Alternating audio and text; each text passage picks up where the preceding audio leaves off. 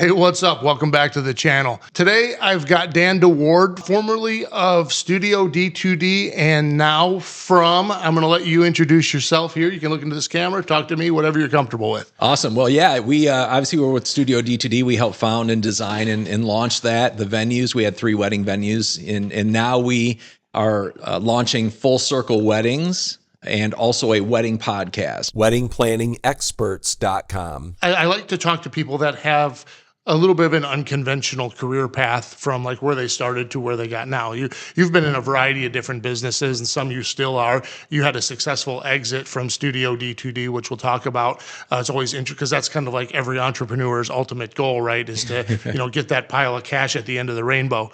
And so, how did you get into real estate? How did you get into wedding planning? And talk to me about your early entrepreneurial days. I was working at the skating rink, Woodland Skating Rink, for many years. My older brother got in there first, and then I followed his lead there. And I mean, I was a floor guard, skate room, whatever. And that led into DJing at the skating rink.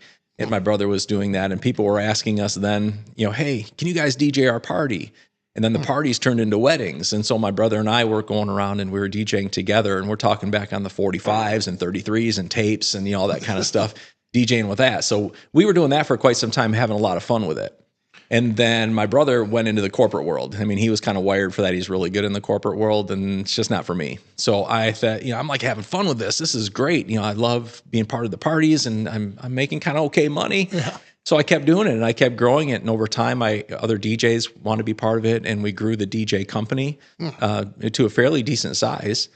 I also got my license in real estate when 94. Okay. So about 5-6 years after I got out of high school is when I got my license in real estate. And I was doing both, but the wedding business was growing so well and doing so well, I didn't focus all my energies in real estate. It was mainly referral or our personal use. And then I met my wife, Andrea. We've been married 30 years now plus. Well, congratulations. Yeah, thanks. We met, and when we met, she's a floral designer. And so it was kind of a nice fit, in the wedding world. And then fast forward a year or so, and we had our first child, and then another. And so now there's kids involved, but I'm out DJing, and I'm getting home late 2, 3. By the time all the DJs are back, 2, 3 in the morning. Yeah. And I'm like, okay, maybe I can do something different, but I want to stay in the wedding world. I like it. It's fun. We kept the DJ company going with all the DJs that we had, and I started getting into video because I got out earlier. 9, 10 o'clock at night at the weddings instead of midnight or 1.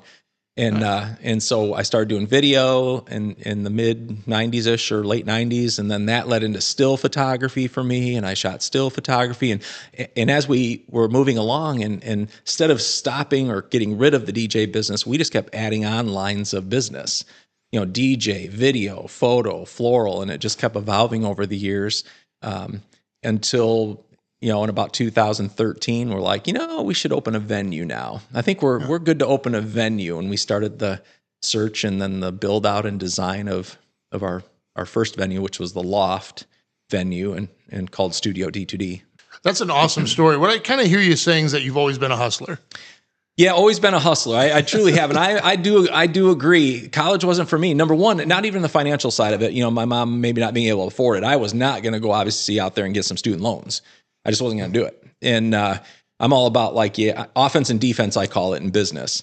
You can have great offense, meaning you can bring in a ton of money, but if your defense isn't good and you're just throwing it out there, it's worthless. So you got to have good offense and defense. And I wasn't making much money back then, but I had good defense. I was like going to keep my money. Yeah. Didn't make all the right decisions through my career, but a lot of good ones, and learn from the ones that were not so good.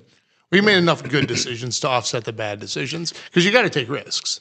You do, and I call it calculated risk now. When I was younger, I took risks like crazy. My brother described it as perfect. He's like, I'm the guy that's going to put my toe in the water and check out the temperatures, and he was that way. Mm-hmm. He called me, I'm the guy that's going to run down the dock, jump in, pop out, and tell you how it feels. Yeah, hopefully there's no rocks a foot below the surface. Exactly. But what I learned over time in business is, I'm a risk taker. I've always kind of been that way, but now I'm a calculated risk taker. Mm-hmm. I really process the risk that I'm going to take, to make sure I understand all the potential outcomes, including the exit strategy.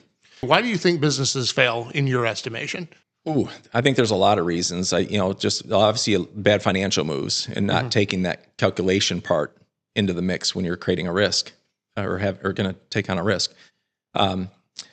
when I structure a business, and I can't speak for everybody, but I think what I figured out along the way as I got older and maybe wiser in business is how to structure my businesses when I structure them, whether it's real estate or the wedding businesses, or what have you.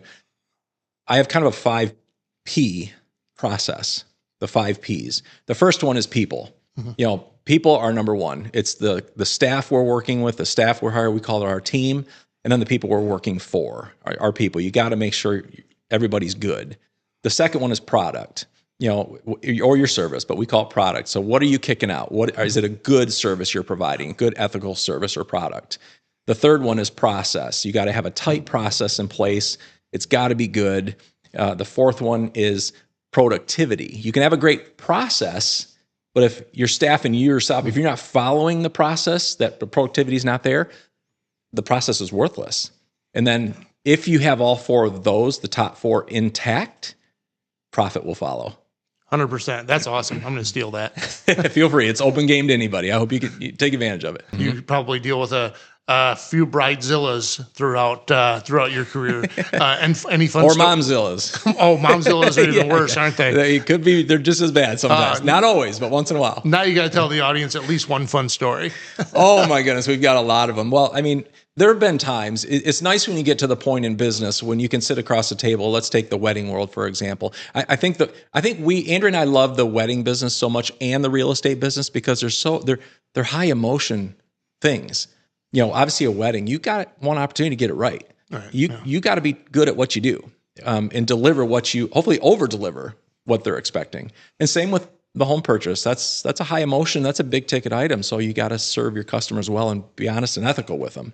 So it was really one that sticks out to me is sitting at the table with the bride who was wonderful and the bride's mom who was maybe not so wonderful, And on our side of it, from the vendor side, we have to calculate, okay, are we a good fit?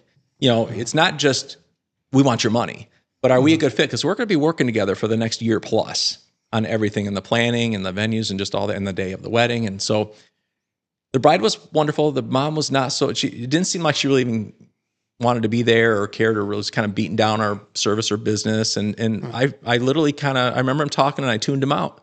And I'm like, is this something that we want to deal with? Yeah. So I decided, you know what? I said, thank you for coming in. I appreciate your time. I don't think we're the best fit. And I think you'd be better off maybe finding another vendor.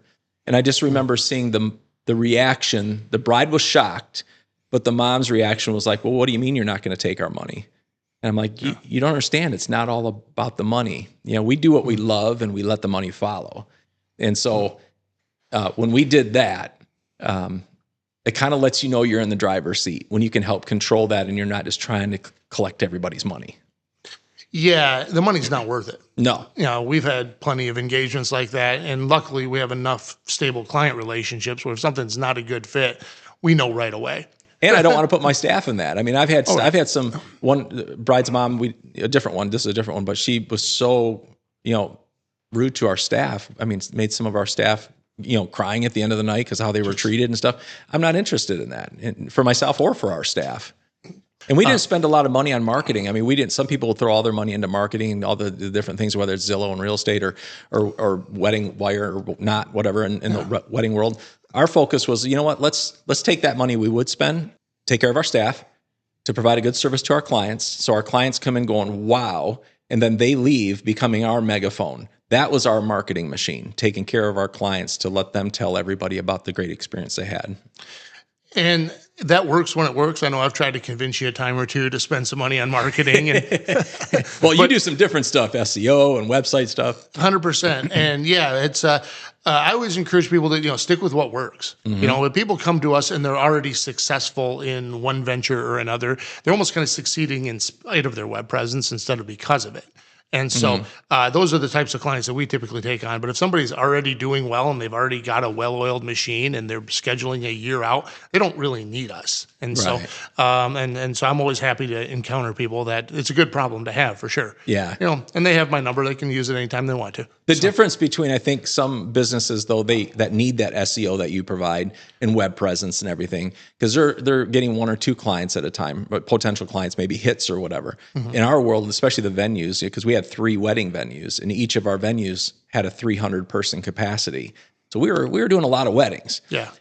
We had, on average, our average size wedding was 180 to 200. That was kind of the average size. So if you have 3 going a night, that's 600 people you're in front of. And if you're doing a great job in all 3 of those, that's a lot of people to become your megaphone. That's the advantage that we had in the venue world. The hardest part's getting the momentum going. Once it's going, you just got to keep feeding it. Getting started is always the hardest part in any business. I ask you what you think people fail. My answer to that is I think they give up too soon. I think that's the number one reason businesses fail.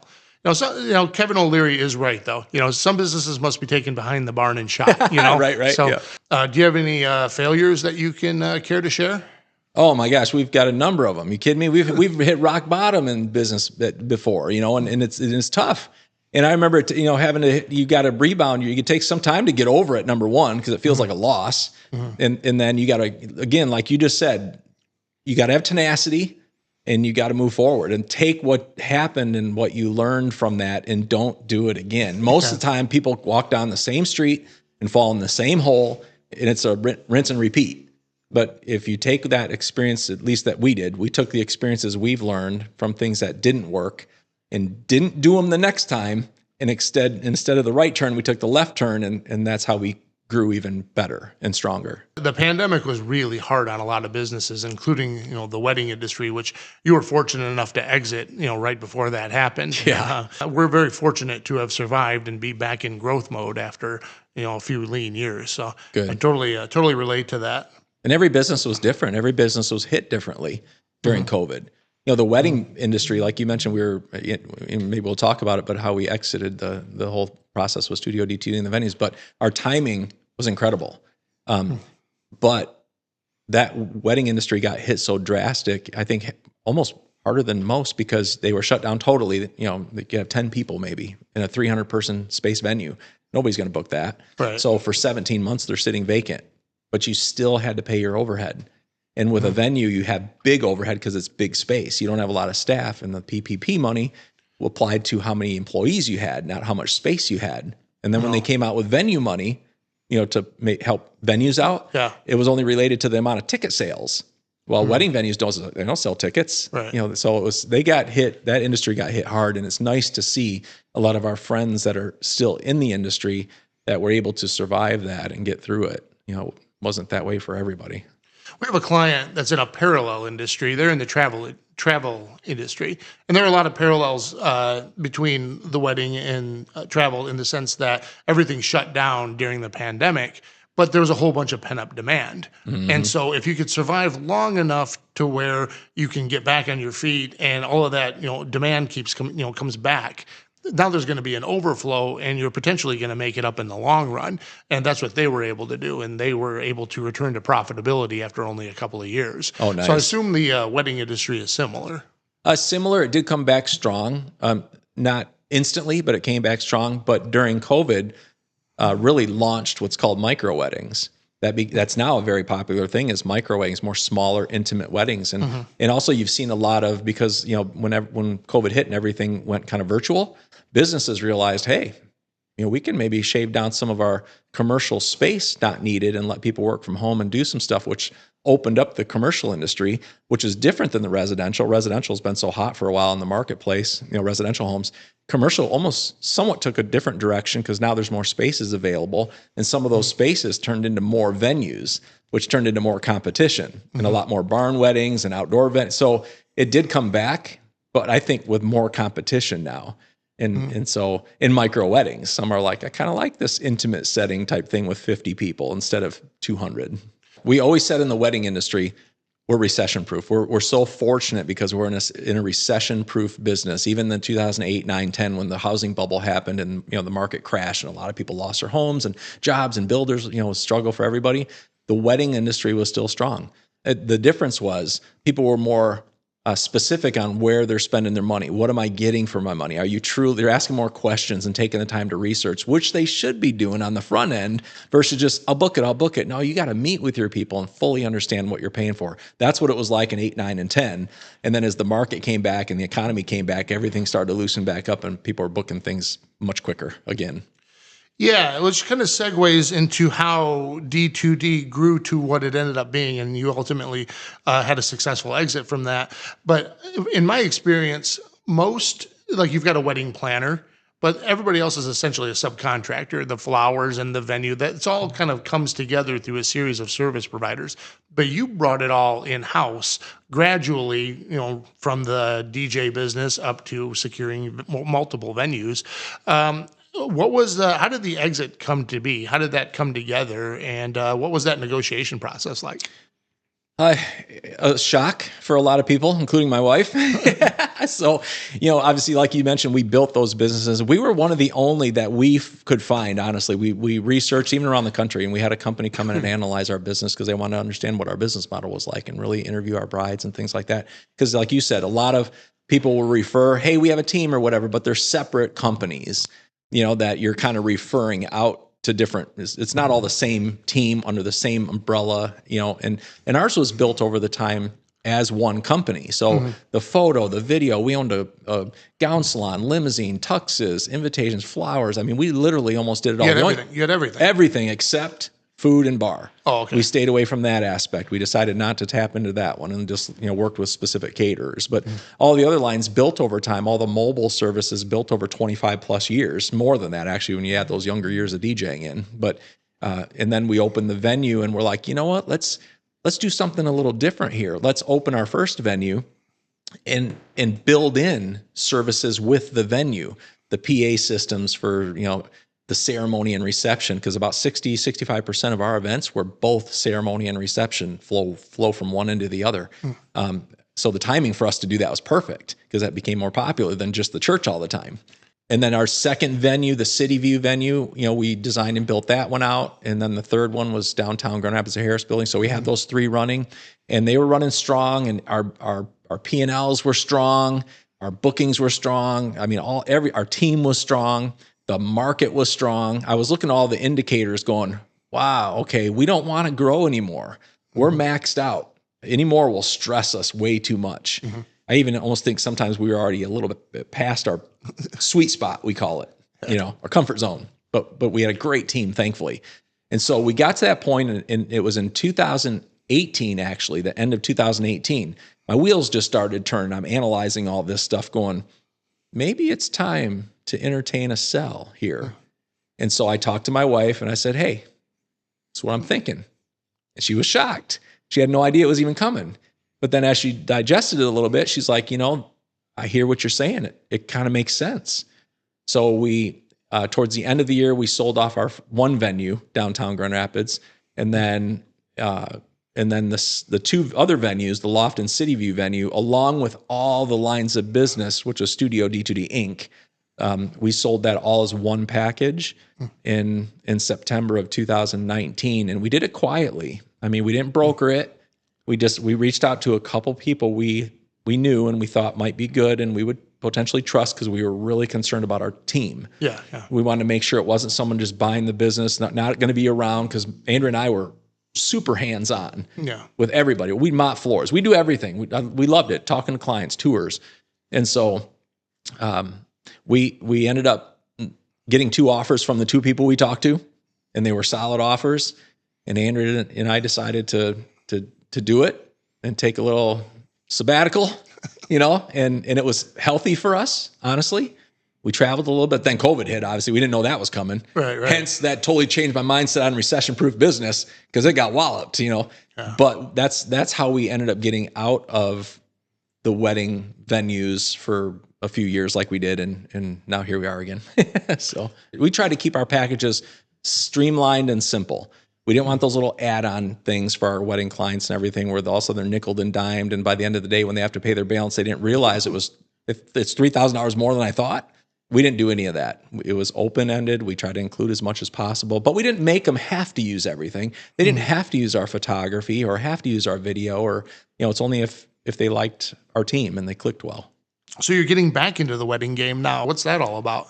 It's because we have a passion for it, to be honest with you. We don't need to do it. I mean, we're blessed that way. When we took this little sabbatical from the wedding world when we sold it, and then we were just going to travel for a while, enjoy life a little bit, and we worked so hard. We literally worked. Everybody used to tell us, "Oh, you're so lucky you only work weekends."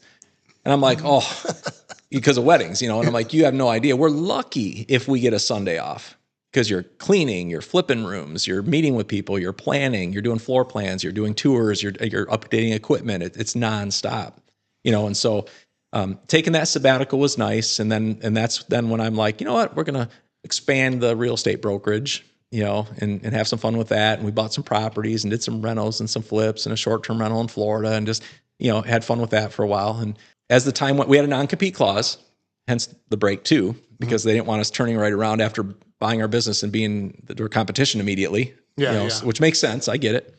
So we had a non-compete. So we had to sit idle for a while, which was kind of healthy for us, I think. And then during that time, though, we realized really how much we love the wedding industry and we love to help people plan their weddings. There's just a passion there that both Andrea and I love to do. So that's what brought us back into it. And hence the name Full Circle Weddings, because it all came full circle for us. Andrea and I are going to be doing a consulting role. Obviously, she's going to do floral, but we'll consult with our clients also, which is a huge advantage. And if they're working with us, we don't always charge extra for that. We just want to help them.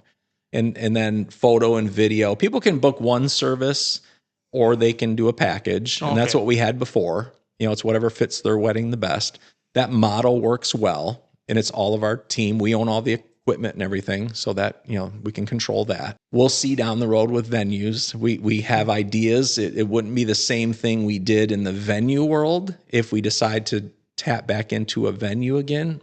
We have other ideas that because times change, right? Your business model doesn't stay the same. What you aspire, our philosophy was we want to be here with our ideas, our own visions of what we want to do, and hopefully it works. And then maybe our competition sees it and they that's a good idea. We're going to chase it. And hopefully by the time they get to where we are, we're at the next level. Yeah. You're never at a point in business where it's like, okay, I'm good, I'm done. It's a living, breathing thing you constantly have to evolve and shift with. So 100%. So that, for us, if we tap into the venue world again, it'd be kind of a different concept that we'd probably run with. I mean, we go down to Vegas. Andrea and I are going down to Vegas for the wedding convention. Okay. And that's in November. We love doing all that extra stuff because you can learn from around the country. You can learn. Everybody does it a little different.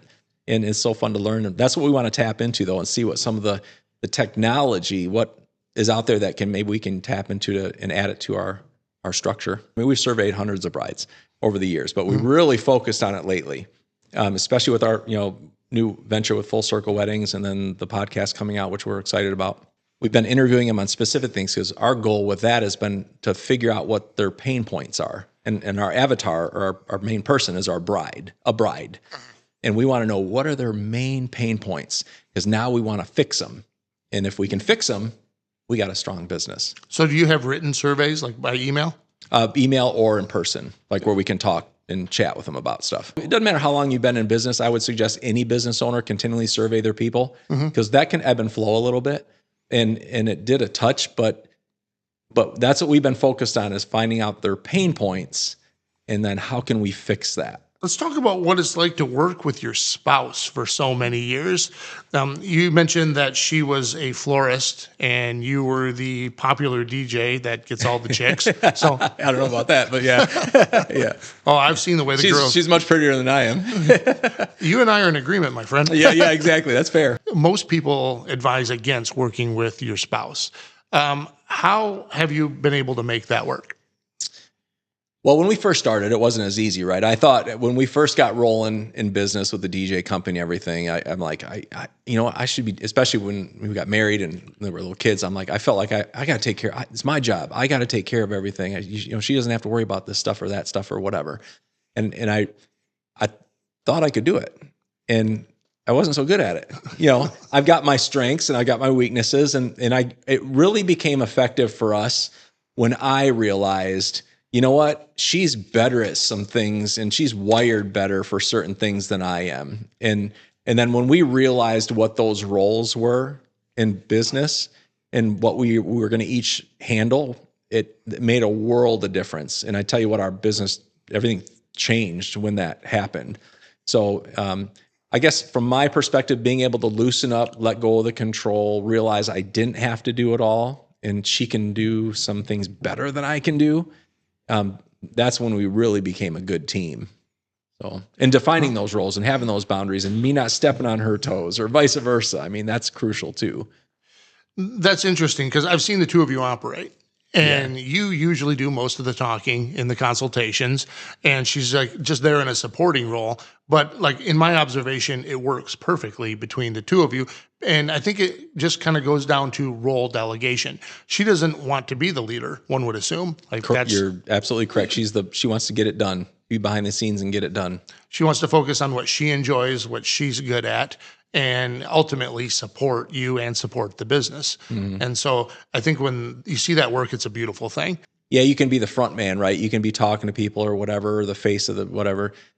But that behind the scenes support and that behind the scenes role and that foundation, if you don't have that, it's going to be tough for your business to succeed. Somebody's got to play that role. One of the things I've kind of come to realize, I've seen some really poor operators, but they have the one skill that you always need to be successful in, that they can sell. They can sell their customers and they can sell people on working for their business, at least temporarily. Right. And not oversell. Sometimes, because I think a lot of customers, when you're working with people, whether it's real estate or weddings, if you're trying too hard, I think they sense it. And it almost turns people off. Whether you're walking into a house with a customer, they know if it's good for them. I don't have to, Andrea, we don't have to overpitch it or try to oversell it to them. Or the venues, for example. When they came in and toured our venues for their wedding, we pretty much knew in the first couple minutes if they were in or they weren't. Because they'd walk in and you could see it in their face. Like, oh yeah, this is what I envisioned for my wedding. Or, I don't know if it's the best fit. I want something more. Ours were kind of industrial chic, where maybe they wanted outdoors or they wanted rustic or barn or high-end elegant or something. Sure. You could tell right away but we never tried to oversell them. It just naturally would happen. You don't have to. So the entrepreneurial spirit runs in your daughter as well. No, she's running a local salon not far from the old Moximen office. Did you ever see Yep, I was there. Yeah, on Leonard there. Yep. She's just right up the street from there, right? Yep, she was on Leonard. She recently moved because she's going to be into a smaller suite because she's going to look for a new building, maybe something a little bit bigger, space-wise, laid out a little different. But she was down there on Leonard for quite some time. So how did that all come together? And you want to share the name of her business, and Ange can throw it up there. Oh yeah. Her business name is Raven Maine. Okay. And she's so creative. Erica is such a creative person in everything she does. Not just hair and makeup and everything, which is her industry, but drawing, painting. I mean, she's always been that way. So it doesn't shock Andrea and I that she went into this field and is crushing it. I mean, she's so good at what she does. But she's more of a craft type salon. Versus, she's not looking to be a big, huge salon or some of the other ones out there. It's more of a craft and an experience, and she really takes care of her clients with the colorings and just the stuff she does. And it was so neat because yesterday, like I mentioned, my niece getting married. So we're sitting down, Andrea and I, and Brianna, my niece, and Ryan, her fiance, and we're talking about timelines, and we're helping them create their timeline for their wedding. And we got to the point earlier in the day when she has to get ready. And, how many bridesmaids, how many moms, whose hair, makeup, all the things you're doing. So we called my daughter and said, hey, we want to chat. We're going to put you on speakerphone and we want to talk about timeline and what would you need and, how many people. And then I just let her go. And listening to her handle that from the salon side, but also the wedding knowledge that she's got, because she shot photography with us for quite some time also. So she has that knowledge too, which is perfect. And the way I was able to listen to her navigate a bride, Brianna, through that process and what she needs and don't forget this. And I'm like, I was a proud dad at that moment. It was really great. So she's doing wonderful with her business and it's fun to see her succeed. And she's very frugal and she's taking care of her clients well and building her base of her clients, one client at a time. People see successful people like yourself and like you commented earlier, like, oh yeah, you only work weekends? That must be awesome. And like, you have no idea what it was like to work until 3:00 in the morning, writing proposals and everything you had to do to. Oh yeah. Sometimes pulling overnighters because you're prepping gear or equipment and the next day's busy. You got to get it done. You can't go home. So yeah. And failure is not an option. Right. You're the fall guy. You're taking the heat if it's not done. You're starting a podcast as well. Have you actually launched it yet? Well, we just have the intro to it, of what it's going to be out there. So it's on Podbean and Apple, Spotify, and all that, and we'll have it on YouTube and on our website. But it's geared for. It's called Wedding Planning Experts, and it's Andrea and I are going to be the hosts of it. But we're also going to invite experts from all the different lines of business in our field and interview them and go and capture footage of them and include that in, the YouTube videos and everything. Or they can just listen into it on the audio perspective. And we just want to build that. We're going to work in conjunction with the local bridal show, one of the biggest in town, and work in conjunction. So those vendors that are at the bridal show, can potentially have exposure throughout the rest of the year through the podcast, and just try to make it a good resource for brides and grooms when they're out there trying to learn about things to really get more knowledge. So the primary audience is brides and grooms. Correct. Yes. Mainly brides, but then grooms too. Because, the old saying, I love grooms. I was one of them, right? But we were kind of passenger on the bus ride. It's usually the bride that's leading the way. Yeah. But grooms are involved too. And one of the things that we toured a venue the other day, with a client, and we're walking through the venue and there was no groom's room. And it just reminded me, don't forget about the guys. Yeah, it's a big, beautiful bridal suite. And I get it. The ladies are getting ready, hair, makeup. I understand that. But you got to have a place for the guys too. It's important to them also. You can't leave them totally out. So you can't just be standing in the hallway. Yeah. Our focus for it, because most brides are the ones that are going to be tuning in. Some grooms will, but there's certain things that a lot of times the guys are like, hey, the bar or the DJs, or I'll take care of that. But the bride dives into it so much. So it's going to be mainly geared towards brides, but also we're going to include the grooms. So they're part of the process. Very cool. So will you be interviewing any momzillas? If we get any, it'd be fun. They probably have good ratings if they'd be willing to come on and take a hit. That's awesome, Dan. Well, thanks so much for doing this. I really appreciate you. Yeah, thanks, Mike. Awesome, man. It's good to be with you. Yeah, cool. All right.